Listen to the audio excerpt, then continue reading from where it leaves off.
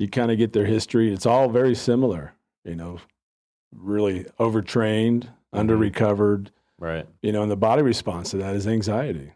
You know, it's part of adrenal fatigue. Nervous system. Yep. Fight and flight. My wife went through it because hers was triggered.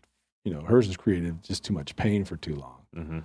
You know, so I understand that, and I understand what she went through as far as dealing with anxiety. And you know, it's a mental game too. And the thing I discovered about the human body is it doesn't know the difference between a thought or an actual event. The body's going to respond to what the brain's feeding it, what the mind is feeding it. Yeah. And a lot of people who have anxiety based on adrenal fatigue and stress, if they're laying there even thinking remotely about anything stressful, right, or, you know, something with work, the body's going to respond to it like it's actually happening to it. And then you're not going to sleep. So what do you tell them? I bring that to the table for discussion and get them to acknowledge it, you know, based on their own experiences. They acknowledge it. They go, oh yeah, that's me.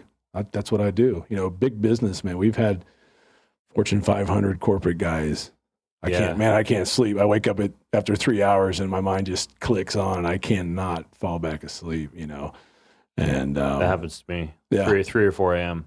I found in my 20-year dive career on 4.5 hours. Yeah, no, dude, I love it because now I just push the button. Like It's I wake up at amazing. 3 a.m. and just like boom, push the button, and it's on. And I go, and I used to talk a lot, and maybe this works for folks. Like I used to talk about like gamma aminobutyric acid, or GABA. It's an inhibitory neurotransmitter that helps your brain to produce delta waves. Like that's what it does, and your brain can produce it. And we've had folks like Dr. Kirk Parsley, who's a sleep expert who works with a lot of Navy SEALs.